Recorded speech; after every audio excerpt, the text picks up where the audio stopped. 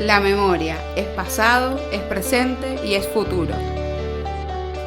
Él es Paulo Garelo, es militante peronista, fundador de Rosca y Tinto, que de paso recomiendo que lo sigan en las redes porque ahí está mucho del contenido que vienen desarrollando, que es interesantísimo, que es una escuela de formación, de una escuela de pensamiento nacional. Y bueno, él también es secretario de la Juventud Peronista de la provincia de Santa Fe, secretario general de la Juventud Peronista de la provincia de Santa Fe. Primero lo vamos a saludar y agradecer. Muy buenas tardes, Paulo, ¿nos escuchás? Gracias, buenas tardes a ustedes y gracias por la invitación. La verdad, muy contento de participar. Bueno, te agradecemos nosotros, la verdad que para nosotros es la verdad muy importante porque, como decía recién en la introducción, venimos un poco siguiéndote y siguiendo a vos y a tus compañeros y la tarea que vienen desarrollando, que nos parece muy importante en este contexto tan complicado que vive nuestra patria. Y bueno, en primer lugar, quizás son varios los temas que nos gustarían abordar, pero la semana pasada aquí en el programa hablamos del Día de la Soberanía Nacional, reflexionamos un poco sobre el concepto de soberanía. Y hay algo que pudimos observar inclusive en algunas entrevistas que has venido desarrollando, que es una noticia en realidad muy relevante, pero que lógicamente los medios no la han puesto sobre la escena pública, que tiene que ver con la licitación de la hidrovía por 30 años, por lo menos, por lo que tenemos entendido. Pero en primer lugar, contextualizar un poco y preguntarte para la audiencia que nos está escuchando y que quizás no está muy adentrada en la materia, primero, ¿qué es la hidrovía? Digamos, ¿cuál es su función? ¿Cuál es su importancia estratégica? ¿Y por qué es importante que no sea privatizada, que sea conducida por el Estado Nacional? Bueno, este es un tema importantísimo, la verdad es clave que lo estén discutiendo.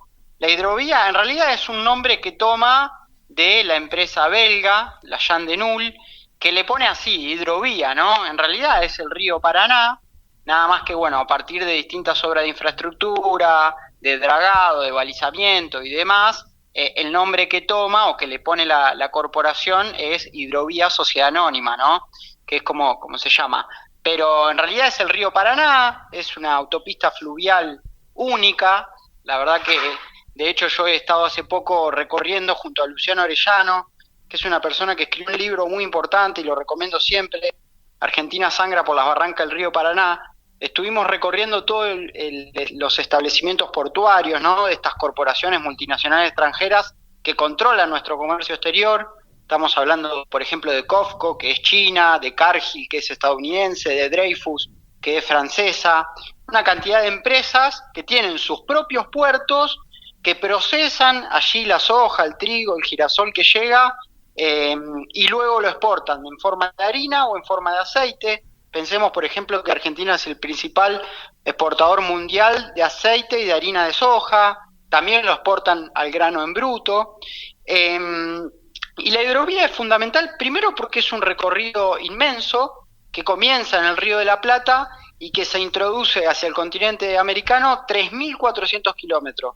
La verdad que Orellano me contaba hace poco que cuando fueron unos europeos a hacer el mismo recorrido que hice yo, les sorprendía. Claro, porque pensemos por ejemplo en el Sena, el río francés, o en el Volga, el río alemán. Son riachuelos al lado del Paraná, ¿no? Y les sorprendía muchísimo que haya un río de calado tan profundo, tan ancho, que se introduzca hasta el corazón del continente y hasta el corazón de las tierras productivas de América del Sur.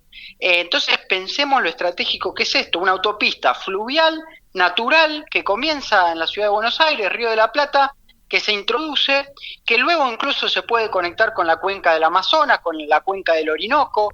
Nosotros tranquilamente, si agarramos una canoa, podemos navegar, por ejemplo, desde Buenos Aires, desde Rosario, conectando estas vías hasta el Mar Caribe, ¿no? Pasando por las distintas cuencas. Digo, nosotros fuimos bendecidos en este sentido. ¿Por qué lo digo? Porque, bueno, los costos logísticos de transportar carga por agua siempre, históricamente, fueron más baratos que hacerlo por tierra. Más barato incluso que el ferrocarril y muchísimo más barato que el camión.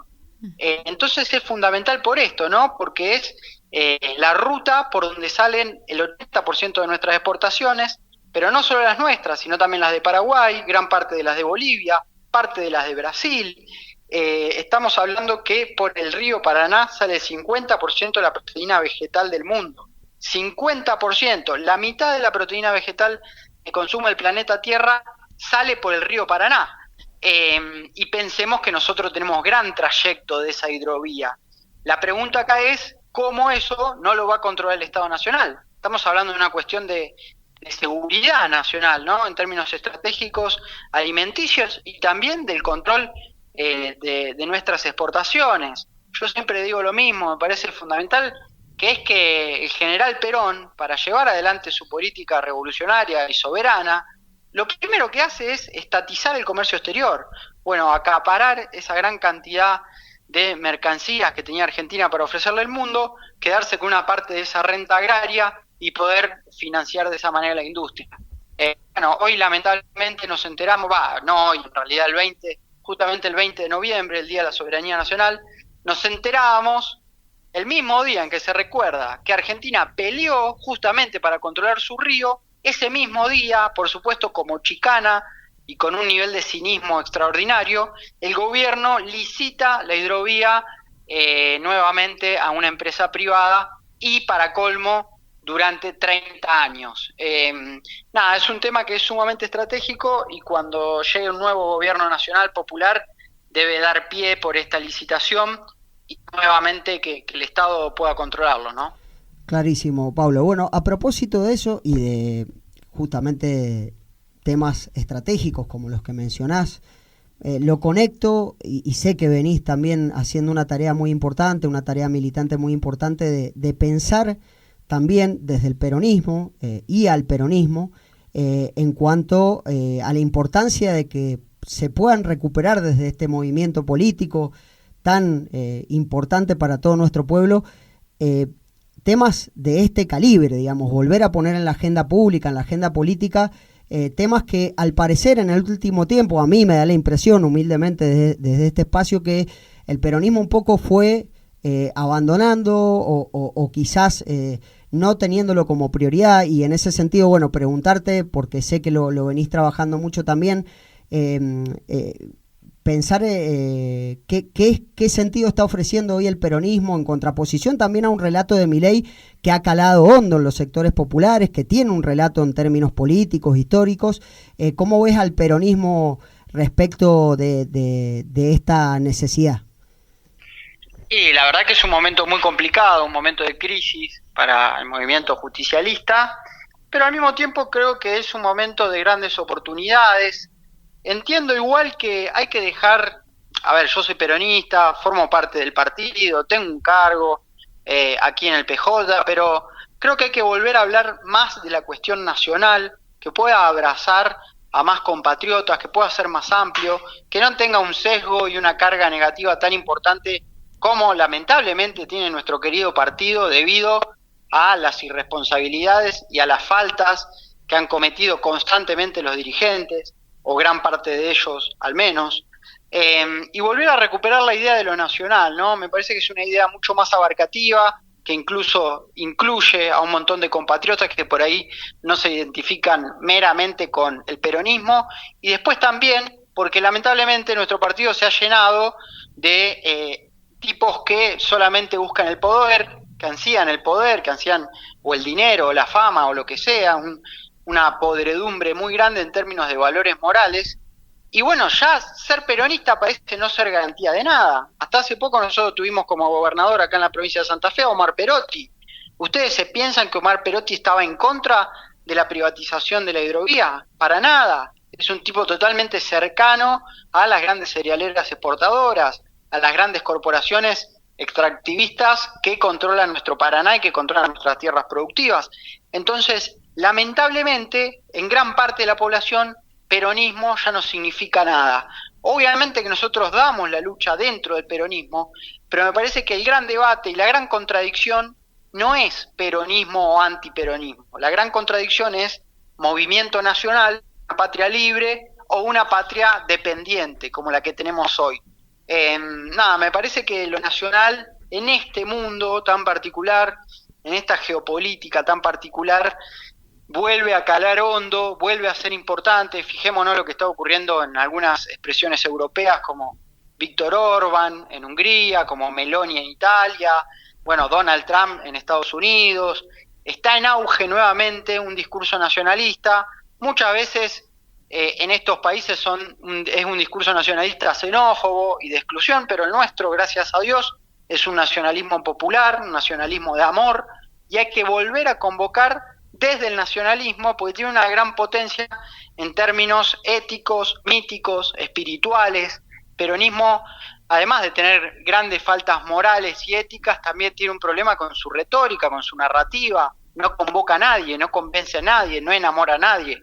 Bueno, el nacionalismo, no tengo dudas, por nuestra historia, por aquellos símbolos que tanto amamos, como por ejemplo las Malvinas, por estas grandes causas, y además porque nos permite pensar no solo en un sentido de trascendencia, sino en un sentido de grandeza. Cuando nosotros estamos discutiendo que, por ejemplo, hay multinacionales que controlan un mineral crítico para el desarrollo de la energía y de la tecnología mundial, como es el litio, estamos discutiendo los grandes temas estratégicos del país. No estamos discutiendo si el documento tiene que llevar una X o no, que es nuevamente debate en estos días, ¿no? Hay que volver a pensar y a discutir los temas estratégicos para la nación, porque son los que verdaderamente van a solucionarle los problemas al país. Así que nada, me parece que el nacionalismo es una nueva narrativa, hay que abrazarla, hay que enamorarla, hay que volver a convocar desde ahí, hay que estudiar, leer, informarnos. La verdad que cuando uno se empieza a meter en lo que tiene que ver con la soberanía, primero es muy preocupante y es muy triste, porque Argentina sufre un colonialismo total en todos los ámbitos, minerales, hablé recién, en lo que tiene que ver con la producción de gas y petróleo, en lo que tiene que ver con el saqueo de la pesca, en lo que tiene que ver con las exportaciones agrarias. En gran parte de nuestras capacidades nacionales estamos totalmente dependientes a empresas extranjeras y a poderes foráneos. Por eso digo, hay una gran lucha para dar ahí, en un país que es sumamente rico, que tiene 45 millones de personas, no tiene nada de habitantes. El octavo país más grande del mundo tiene solo 45 millones de habitantes. ¿Cómo no le vamos a poder dar de comer a 45 millones de personas teniendo soja, teniendo maíz, teniendo trigo, teniendo carne, teniendo recursos ictícolas? Es realmente una locura. Bueno, estos temas son los que hay que discutir y la gente va a volver a creer en nosotros. En ese sentido no tengo duda. Clarísimo, Paulo. Un abrazo gigante. Que estés muy bien, Paulo. Hasta luego. Chau, chau. Cada palabra es un acto de resistencia. Estás en la barbarie.